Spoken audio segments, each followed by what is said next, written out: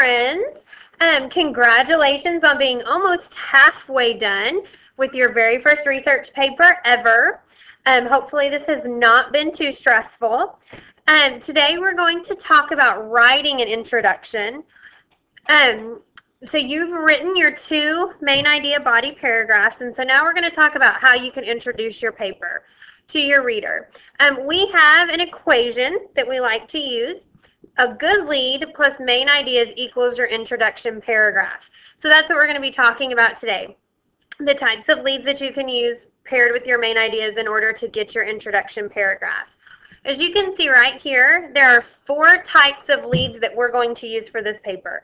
Of course, there are more out there and other good ways to write a paper, but these are the ones that we're going to use for this paper. The first one is a descriptive segment, which is where you describe something as you introduce the reader to your topic. Number 2 is an amazing fact, so you're going to catch our attention and hook us by giving us a great fact about your person or event. Number 3 is a statistic, which means that's kind of a number or a percentage that you can give that would hook our attention. So you would want it to be a statistic that keeps the reader wanting to know more. And remember, you have to actually find your statistics. You cannot make them up. And number 4, a quote. Many of these famous people that you are researching are famous for quotes that they've given when they were addressing the nation or addressing a group of people. And so if you can find a quote that you feel is really important to your person, you may choose that type of lead. Remember, as you begin this, a lead hooks your reader in. So whatever you choose as your lead needs to be something that would make me as the reader want to continue reading your piece. You'll notice that we've done leads in purple and I've done my main ideas in green. That way it's easier for you to see. Remember, the main ideas you've already done in your body paragraphs. It's that your person or event is important in American history, and also how they displayed the habits of mind. So I'm going to show you a couple examples. The first one is a descriptive segment. I'm still using President Johnson, Lyndon B. Johnson, as my example, and so I wrote this paragraph. My lead in purple says, on Air Force One, with the chaos of the day's events, Lyndon B. Johnson placed his hand on the Roman Catholic Missal on November 22, 1963, 2 hours and 8 minutes after President Kennedy was assassinated aboard Air Force One at Love Field Airport in Dallas, Texas. Mr. Johnson was the first president sworn in on Texas soil without the Bible and by a woman.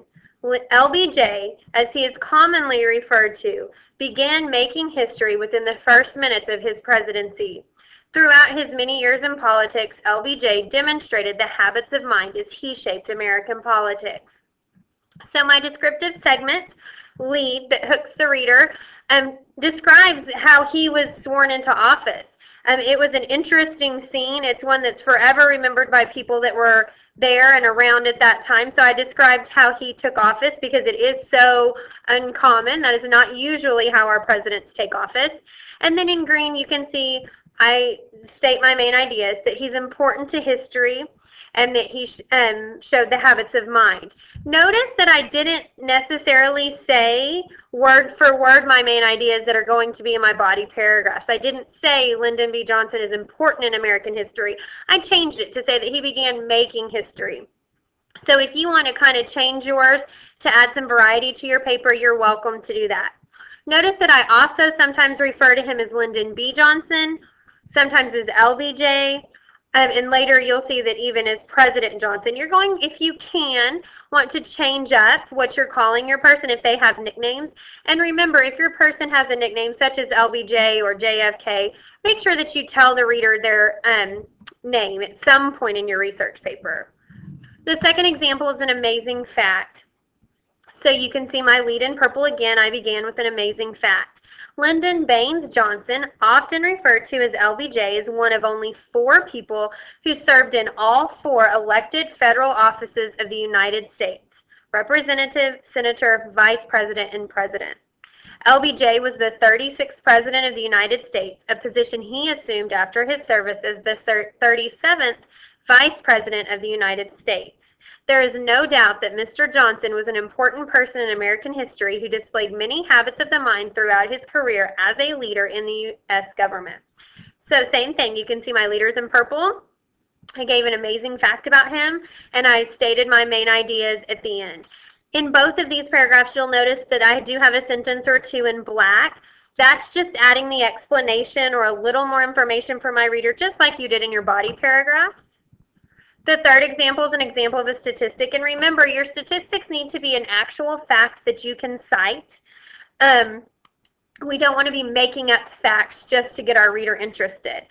So mine says, according to the Gallup poll, President Lyndon B. Johnson ended his first term with an overall approval rating of 74% and was elected to second term.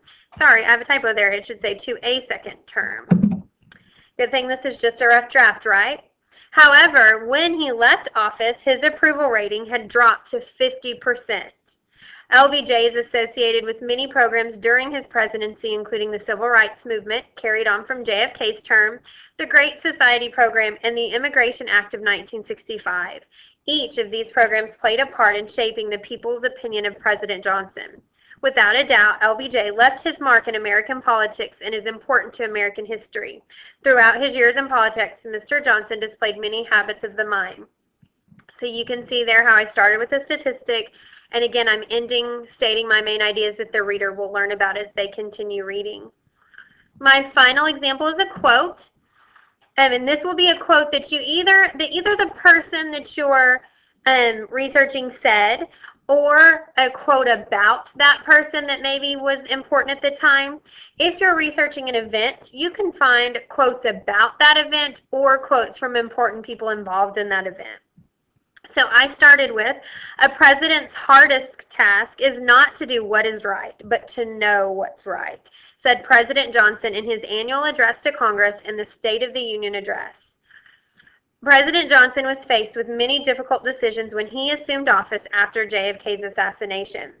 LBJ is an important part of American history as we continue to see his influence in politics today. Mr. Johnson was a leader who displayed the habits of mind in the decisions that he made.